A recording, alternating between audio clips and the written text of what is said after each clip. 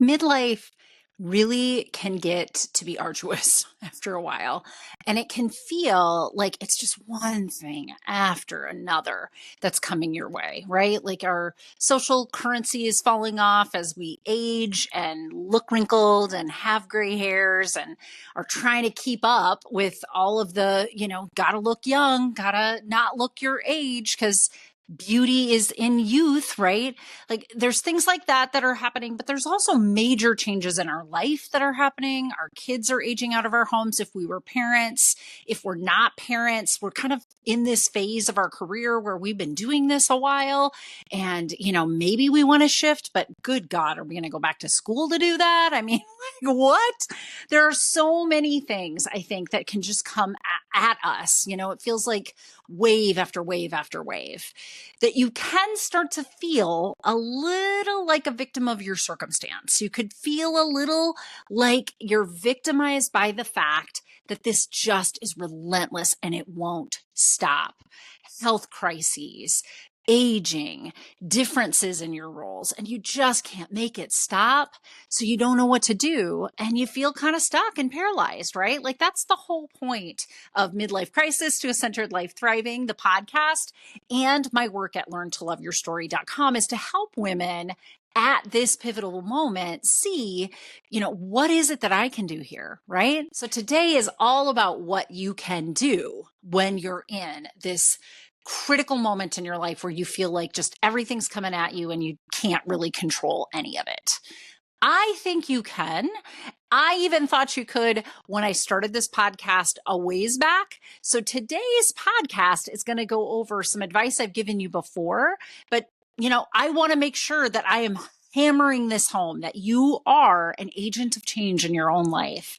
There are things that you can do that can control for all of these things coming your way. And today's podcast is going to tell you all about them.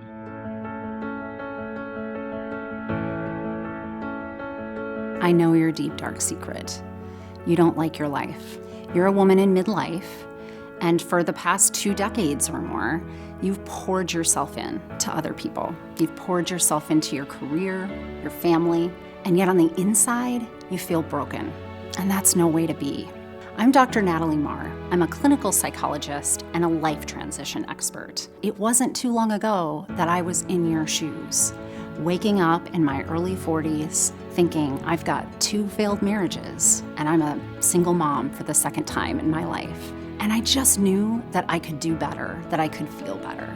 Fortunately for you, I have about 20 years experience clinically. And so I've created a method that will help you learn to love your story. I know that the story that you're telling yourself about your life feels awful.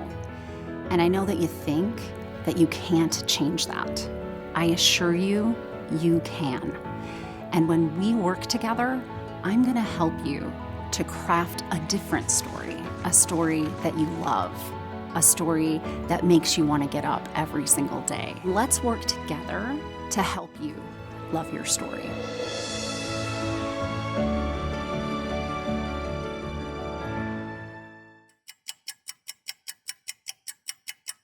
Are you on my mailing list yet? Because if you're not, you really should be. You want to join at learntoloveyourstory.com. If you scroll down, I'm giving away a freebie for you. Honestly, you know what it is? A free course. I sell online courses, but this is a course just for you. And it's about freeing yourself, letting go of what others' expectations and ideas are for you. That nagging self-doubt in your head, it's usually fueled by your consideration of what others think of you over your consideration of what you think of you. And so I teach you in my video all about what is underlying that kind of self-doubt and how to get out of that conundrum. And I give you a workbook that goes with it that helps you to build the skill sets that you're going to need for that. So please make sure you're on my mailing list, because at the least, you're going to get a free gift. And at the most, you're going to hear about all the things that we're doing on Midlife Crisis to a Centered Life Thriving and learntoloveyourstory.com. And you don't want to be missing out on any of the new things that'll be coming your way. Welcome back to Midlife Crisis, to a Centered Life Thriving. And today is all about finding that centered life thriving, starting with the fact that you need to be the subject in your own life. If you feel like all of this stuff is coming at you, you're feeling really objectified by all of that. You're just an object that's having these things come at you in your life. You're not a subject that can create change. Like, you're not at the front end of this and get to say where things go or how things go. And it's frustrating. It can be very frustrating. I really think that here is where growth mindset is at. It is the only kind of skill that I can teach you that will really help you to understand this. And what I want you to go after with this idea of a growth mindset or a change mindset is that you are a subject in your life. You can make changes even in the midst of things being changed that you don't control. There is something you do control, and that's you. That's how you show up to this. That's how you think about this, and how you feel because of the way you're thinking and showing up to these things. If you feel like it's all coming at you and you have no control, you're going to feel victimized by all of these circumstances. If you show up to it as the subject, as the agent of change in your own life, that shifts remarkably. And I have been so certain about this particular subject matter that it actually was one of my earliest podcasts ever. So I'm going to have you listen to what I had to say over 2 years ago on this very same subject matter. I give you a really great example. It was around the holidays. And so it was an example of how I was showing up, not showing up in something in my own life. But it really speaks to this idea of, I want you to see your own agency, your own impact and power inside your life, even when all of the chips feel like they're down, even when it feels like everything is coming at you wave after wave. This is really what I want you to listen to today, is how to create that agency, how to become that subject in your own life. So take a listen. Today's subject, I wanted to talk about this concept of personal agency and why it is at the core of everything that I teach anywhere that I am, in my private practice, on learntoloveyourstory.com, here with you guys, anywhere I'm blabbing stuff out into the universe. There's a real core kernel of it that comes from this idea of personal agency. And some of us, I don't think, really have wrapped our heads around what that is. No surprises. It isn't something that we really actually call out and teach. We do teach about being independent. We do teach about being an individual. And there's some elements of personal agency that are, that also have those elements in them as well. And that isn't what it really is. And so I want to dig in as a clinical psychologist. Remember, this isn't therapy. Please see all of the things where I warn you, you aren't getting therapy here, but you are going to get education from a therapist. And I want to give us some education on this concept of personal agency because it is so key to any kind of change, growth mindset, to any kind of ability to pivot and deal with transitions of life, with grief and loss, any of that. Personal agency is this core piece that you really have to be able to identify with. And I recently also wrote a blog on this concept because what I have recognized, so I'm writing a book right now as I develop this podcast and some other things. It's been a lifelong goal of mine to write a book. So as I've started to write the book, what I keep noticing is that there is a very feminist vein in what I'm doing. No surprises. If you have listened, read, done anything, watching me, whatever, you've probably picked up on I have a little bit of a feminist tinge, but I wanted to kind of specify a little bit more what I mean by this. I really aspire to the kind of feminist philosophy that Bell Hooks writes about. And what it is this idea that we all have equal worth in the world. And that equanimity, not equality necessarily, but equanimity is what we're actually after in feminism. So all real, true feminists in this vein, as Bell Hooks would put it, are humanists. What we really are looking for is a celebration of life, of individuality, of diversity, I don't need to be same, same. Same, same actually is very invalidating. Same, like I'm equal. I could have the same job. I can do the same things. I should have equal, ability to do all things as all male peoples in this world. This kind of old whitewashed version of feminism really kind of misses that mark.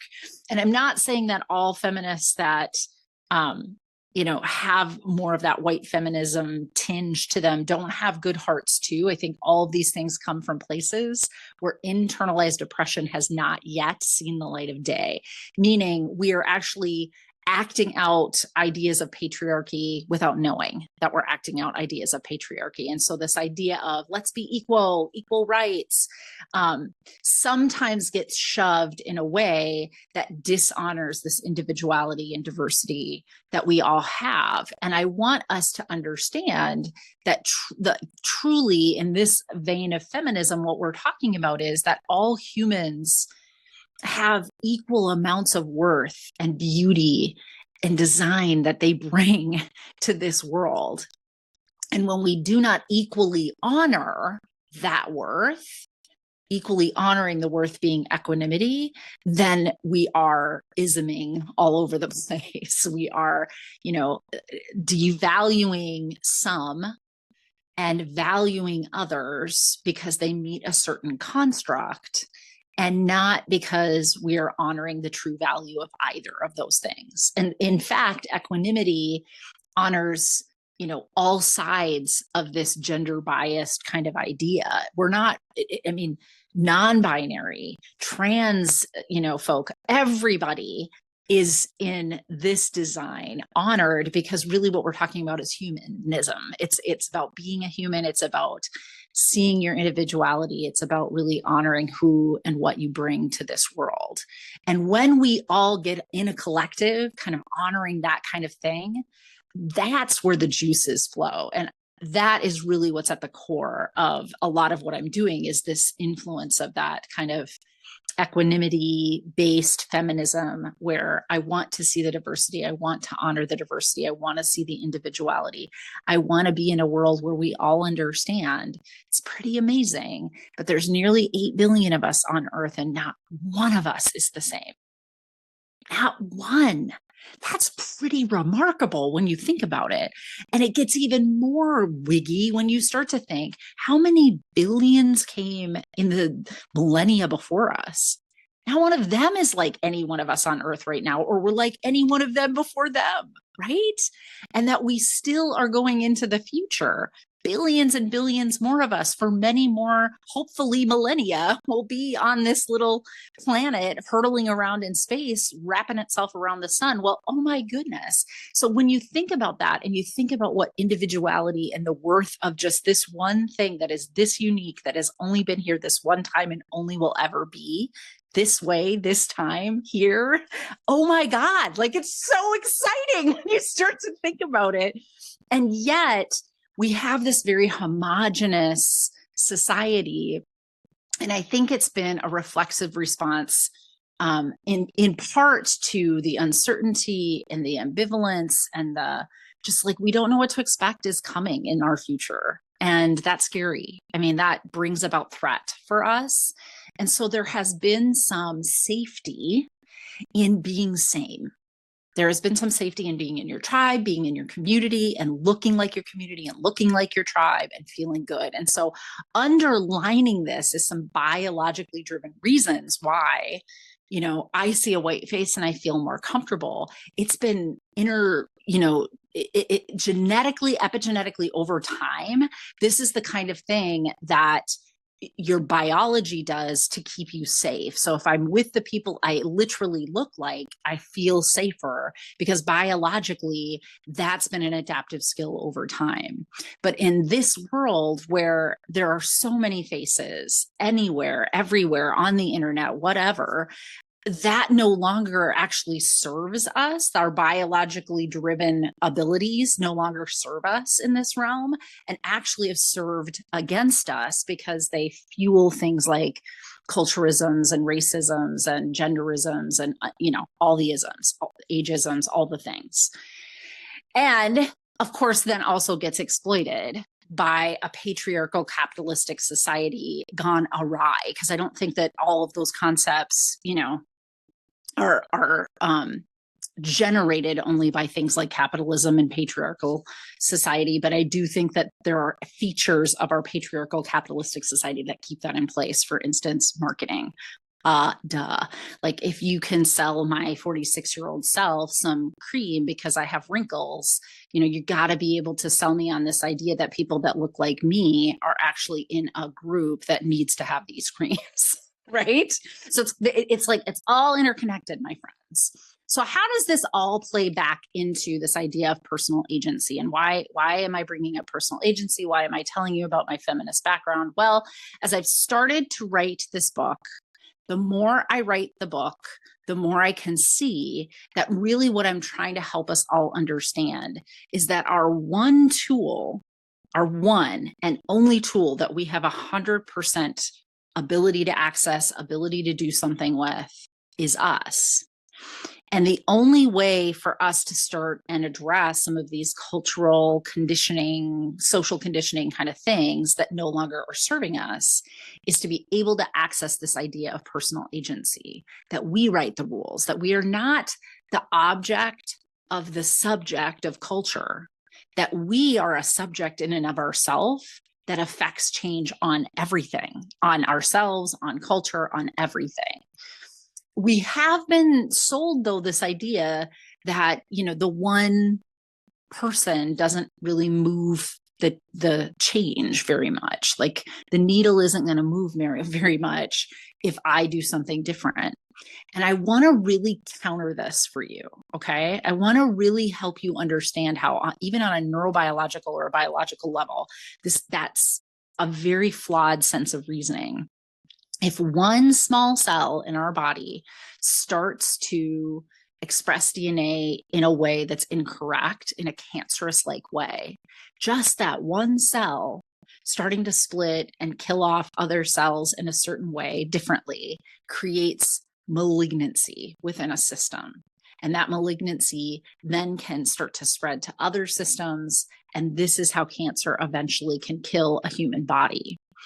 So if one cell has the power to do that, then us, an individual within the organism of an almost 8 billion person world, also has the capacity to affect change. Now, could be affected. Cancer is not a good thing, but I give it to you because I think it's a very salient image of what I'm getting at. And so you too, though, get to affect change, and it can spread everywhere. I also am truly of the belief that if each and every one of us were taking care of the one thing that we have 100% control over, us, everybody's taken care of. So I'll say that again. If each one of us takes care of us, there's no other us's that really need care from us.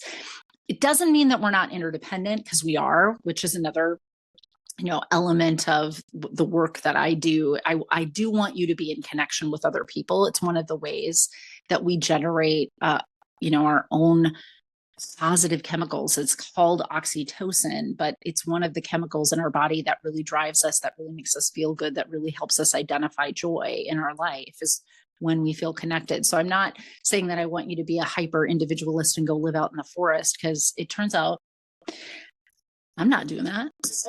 I'm not preaching that. I do want us to be in connection. What I want us to understand, though, is that the juice of it all is when we connect back to ourselves. When we have a relationship with ourselves, when we are taking care of ourselves, when we are personally an agent of change within our own life, and we know that when we start with us, that all other things are taken care of, that, my friends, is when it gets really exciting. Like super, really exciting. That's the kind of personal agency that I'm talking about. So the learn to love your story concept here isn't really talking about that all of us hate our lives, and so I need to help to teach you to learn to love them. The idea here is that I want us to understand how much impact that we have just by starting with ourselves. And this is extremely important with women who have been acculturated, socially conditioned to think differently, to actually think if I hustle well enough, if I'm doing the things I need to do for other people good enough, that's where my worthiness comes from. Except that here is the internal flaw to that. It exhausts us, like completely exhausts us to do this.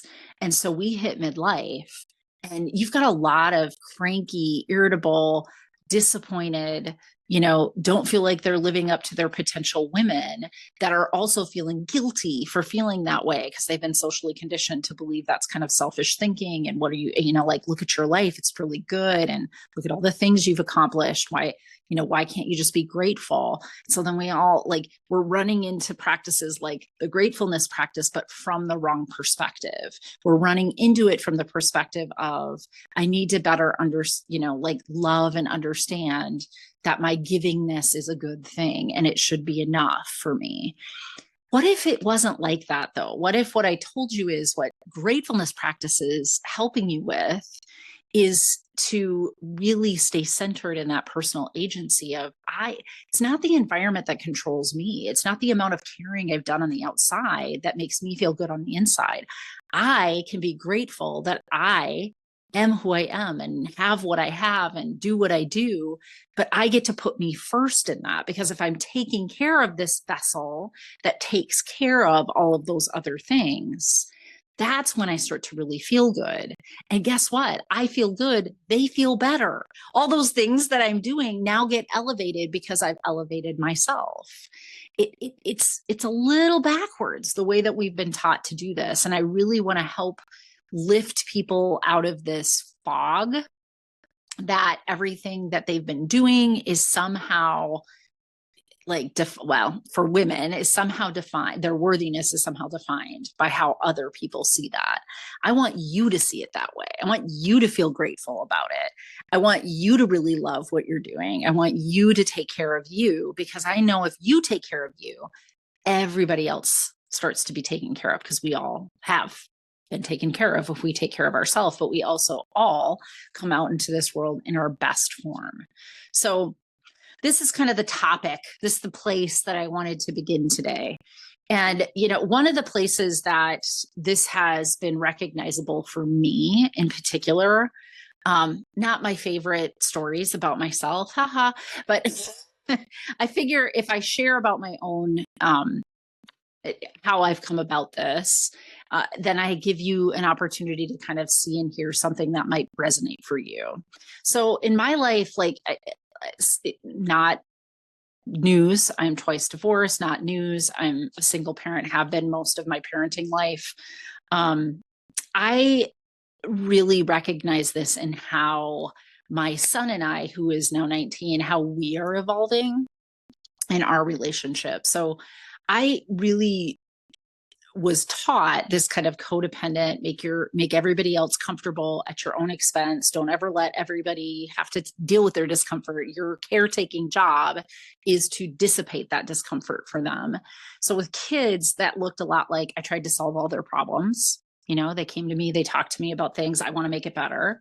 And to some extent, there's nothing wrong with wanting to do that. However, one of the jobs we have as parents is to also help them learn the skills that they're going to need to be able to pivot and do the things themselves.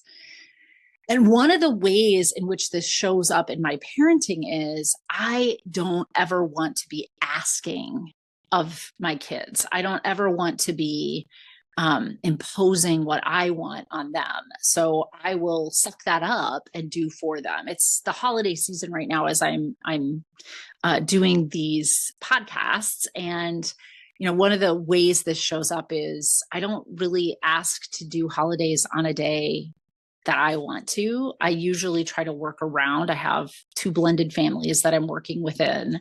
Now I've got a kid older that has another family because my son has a partner. And so there's all of these aspects that go into this. And I have made it my, sole purpose in life to be the most flexible one. So I've never asked, I'd like to do it on Christmas Eve. Never. I don't. And it kicks my butt now at this time of year. And the way it's shown up is I tend to be the parent that's not chosen. I tend to be the parent that, everybody knows she'll be flexible, so nobody ever thinks to work or accommodate around. And you can see where this is going.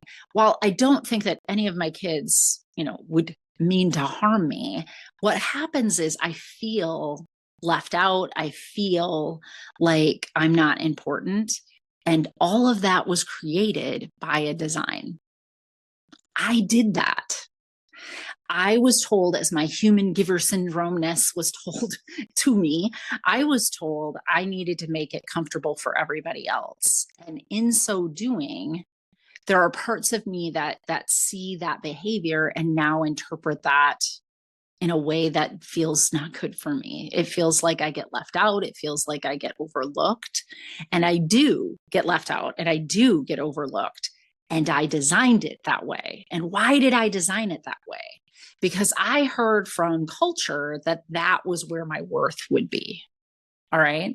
So you can see how this plays out. What I was talking about earlier is, I do it that way. And then I end up feeling crummy. But I also now have this other layer of feeling guilty about feeling crummy, because I'm not supposed to have any feelings. Because if I'm giving to this idea that culture has given us that I am supposed to be the one that makes it easy for my kids, and I shouldn't be asking of my kids, then I feel like I'm not allowed to have the feelings that I'm having. And it's like, it just starts coming to you in layers. Can you hear what I'm saying?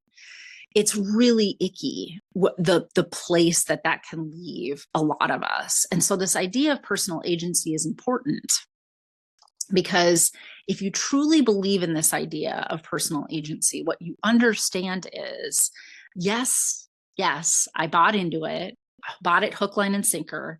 I designed a life in which I now feel left out at the holidays because I have never given myself permission to ask for what I want. If I start asking for that now, I'm going to look, indignant. I'm going to look, like I'm being pushy, like I'm trying to be, make people feel sorry for me. But all of this garbage in my head about what that looks like if I start to ask for it versus if I just stay in this state of not liking it and feeling left out. I have all of this stuff swimming around in my head. And as you can see, I'm an object that the subject matter is all of those social conditioning, all those rules of life. They're telling me, if you do this, you'll look like this. If you do this, you'll look like this. If you stay the same, all I know is on the inside, I feel crummy about it because I feel left out. And so I'm in this soup of I can't make any change. Look, I'm a victim of my circumstance, right? I created it by design because I was told socially and culturally and by my family system this was the way to go. But I've also created a space now where I don't feel great at the holidays because I haven't set boundaries that say, I am important too. I have value too. I'd like to be accommodated for too. I have no trouble being somebody who accommodates for others. It's not an all or none proposition. And I want to be taken into consideration when you're talking to those other families. I want somebody to call me and say, which day is best for you, Mom? Here are the days we're thinking. No one ever does that, but no one ever does that because I designed it that way. And I designed it that way because I was taught that. So now, as all this stuff is swimming around in my head, like I'm not allowed to ask. And if I do, it's going to sound like this and blah, blah, blah, blah, blah. I am stuck in that swirl because I'm stuck being the object of that swirl. I am not taking my own personal agency. I'm not seeing any way out of this where I get to be the subject that responds in a different way, that now sees it all in a different light. Okay, I designed it that way. I was the good little girl. I did what I thought I was supposed to do. And now when my kid is 19, I can see how I designed it in a way that won't feel good for me going forward. And honestly, if it doesn't feel good for me going forward, it doesn't feel great to him either. Because if I am icky, resentful, feeling stuck in this over time, how does that impact our relationship? It will, whether I want it to or not, whether I'm trying to or impose it on him or not, or just take it inside. I damage myself then, and the version of me that he loves is damaged.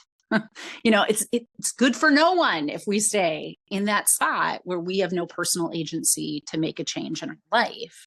So personal agency is at the core of everything I teach, because I first need you to see yourself as a subject in your own life, as an individual that can bring a different way of doing things to your life. And in this example, and it's something I'm still struggling with, ladies. This is one of the other reasons I just love putting this stuff out there, like my blogs and this podcast and all of the things, is I want you to understand, like, I might know how these things work, but I still am in the same dang soup that we all are, because we all grew up in this.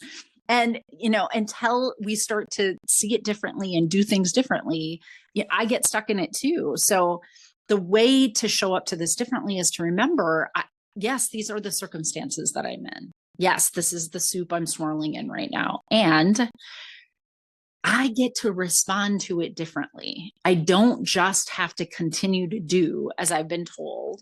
I don't even need to choose to feel guilty about doing this differently. I will, because my system is conditioned to feel that way. But there are lots of different tools that I give people on how you start to overcome those icky feelings of guilt when you step out of that codependent cycle and start to name what you want and what you need in relationships, and allow people to feel uncomfortable about that.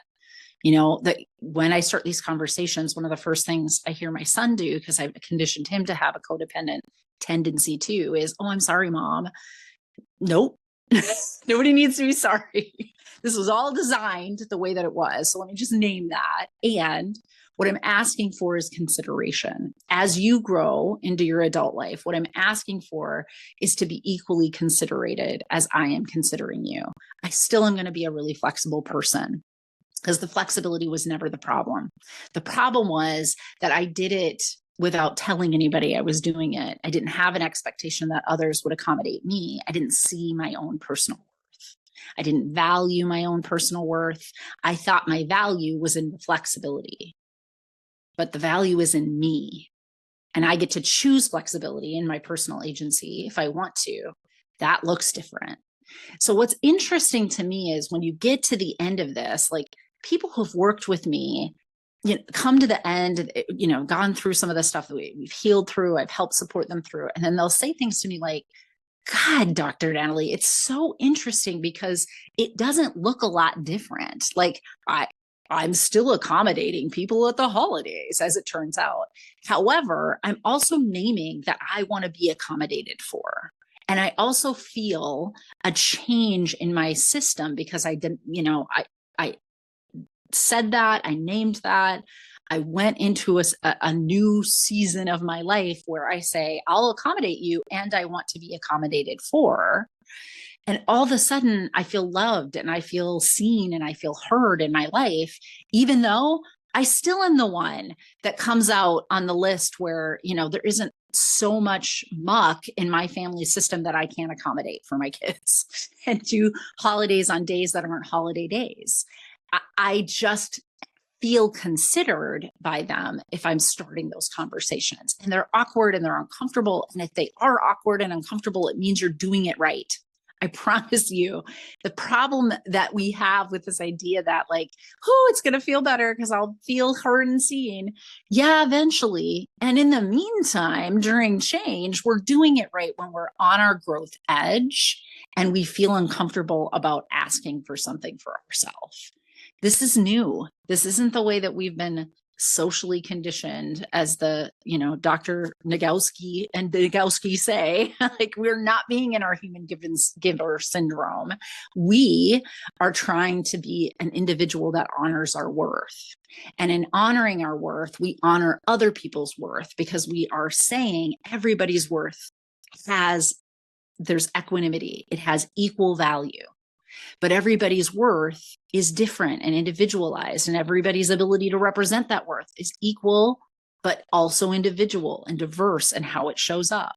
And I want to work within a world where I get to love myself as much as I love my son.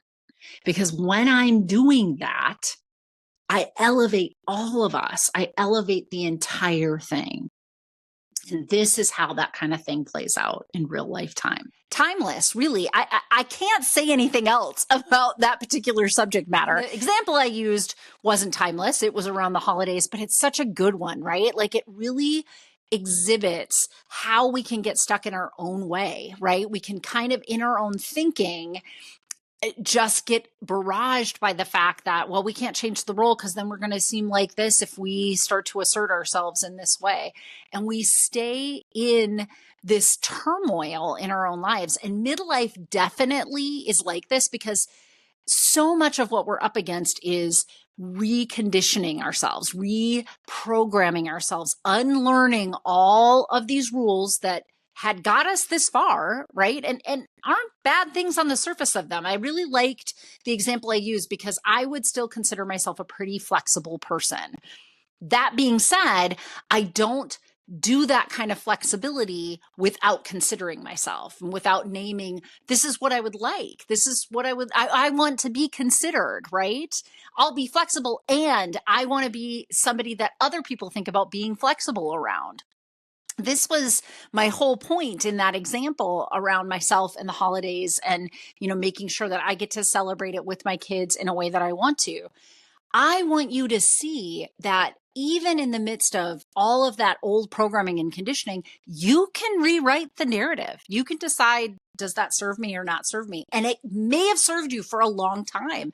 The rule itself isn't necessarily a not good rule. It's just no longer serving you. And so you want to shift with your growth mindset, how you're thinking about that. You're going to kind of shift around it so that you don't lose sight of you in the middle of all of it. And I think this is an especially important skill for women in midlife who are in the midst of so many changes that they don't control, that we start to see where we do have control, that we start to see where we did accept some rules and they may no longer serve us, where we can show up to these things and say, hey, I'm going to consider myself. I have worth. I am definitely worthy of being considered. So I will consider myself and then I will ask others to do that for me as well. And it doesn't mean that things look a lot different on the outside to other people. You can still be that flexible person like I am. It just changes the game. You feel more at peace with those decisions. You don't feel like you are just being barraged and victimized by your circumstances. You feel like you have some clout in your own life and can make decisions for yourself about what you're going to do with all of this stuff that's coming right at you. Instead of feeling like, well, I can't stop it and I better just stay still and let it all wash over me, because that doesn't feel good either. That definitely lends more to a midlife crisis than to the centered life thriving that I am trying to give you the skills to be able to have. And as we recognize that we have this agency, that's when we can really step into owning our lives. Even if there's chaos around us, we can own our little corner of that and we can decide how we're showing up and feeling and thinking about that. And it really does bring us peace overall. Overall, what it does is keeps us grounded. It keeps us regulated. It keeps us wanting to get up every day and see our lives grow and ebb and flow, even though there's a lot about those ebbs and flows that we don't control. We do control how we stand in it. It's like you standing in a river. While you can't stop all of those waves coming down the pike. You can't stop that river from moving at the pace that it's moving. You can stand still or you can turn. You can do a lot of things. You can decide to float in that river. You have decisions that you can make in the middle of midlife. I promise you that.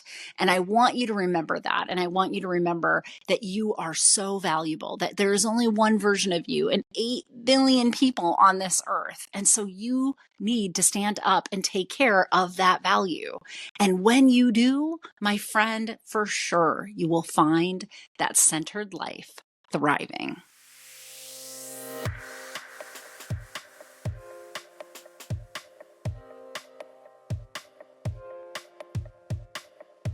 because I am a licensed clinical psychologist in the state of Minnesota, I have to make sure at the end of each of these episodes that I give you the disclaimer that none of the material that I talk about in these podcasts is meant to replace any kind of therapy or formal medical or mental health treatment. And in fact, anything that I offer on my website, my coaching programs, any kind of psychoeducational materials that I release are not a replacement for that level of care.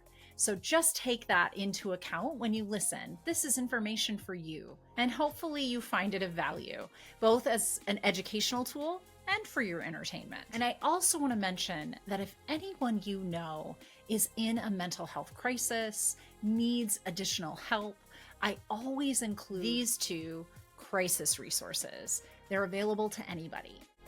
Pick up the phone and dial 988 for the National Suicide Prevention Lifeline. And you can always visit their website at suicidepreventionlifeline.org. Additionally, there's actually a crisis text line. So if you're not somebody that likes to pick up the phone, text HOME, home, to 741-741. to the crisis text line. And you can find them online at crisistextline.org. Thank you for listening to my podcast, and I hope that you like and follow me wherever you get your podcasts, and maybe consider leaving me a review. It always helps me to keep this podcast relevant when I know what you want to hear about.